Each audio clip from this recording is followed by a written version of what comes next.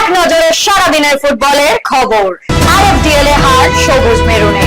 বাংলার প্রস্তুতি, মাদকের বিরুদ্ধে ফুটবল, যাদবপুর অগ্রগামী ট্রায়াল।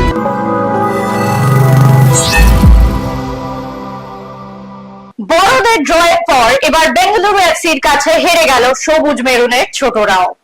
আজ আরএফডিএল এর জাতীয় স্তরের গ্রুপ পর্যায়ের খেলায় বেঙ্গালুরু এফসি 1-0 গোলে পরাজিত করল মোহনবাগান সুপার জায়ান্টকে।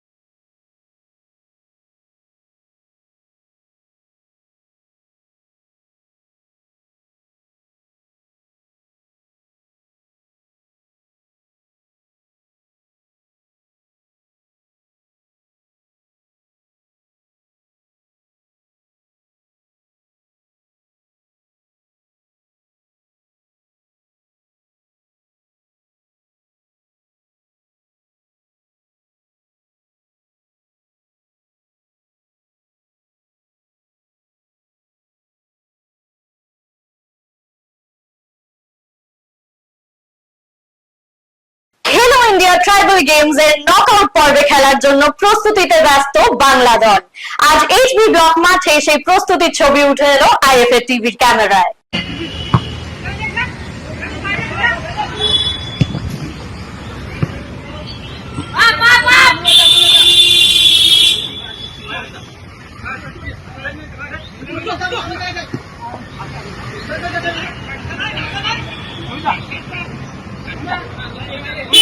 মাদকের নেশা আচ্ছন্ন করে তুলছে যুব সমাজের একটা অংশকে। তার বিরুদ্ধে ফুটবলকে হাতিয়ার করে প্রতিরোধের ডাক দিয়েছেন সোনারপুর ওয়াইএমএসএ। তাদের পরিচালনায় সোনারপুর কালিকাপুর জ্যোতির্ময় পাবলিক স্কুল মাঠে এক প্রদর্শনী ম্যাচে মুখোমুখি হয় সোনারপুর একাদশ ও কলকাতা একাদশ। বহু প্রাক্তন ফুটবলার এই মহৎ উদ্যোগে অংশ নেয়। বিভিন্ন খেলার মাধ্যমে আমরা এই একটাই বক্তব্য রাখবো, সেটা ফুটবল খেলাই হোক আর চেস খেলাই হোক, যাই হোক, সে no to drugs, yes to chess, মানে in overall yes to sports. Calcutta football league শুরু হতে এখনো বেশ কিছুদিন বাকি। প্রতিটি দল নিজেদের দল গঠনের জন্য ট্রায়ালের আয়োজন করছে।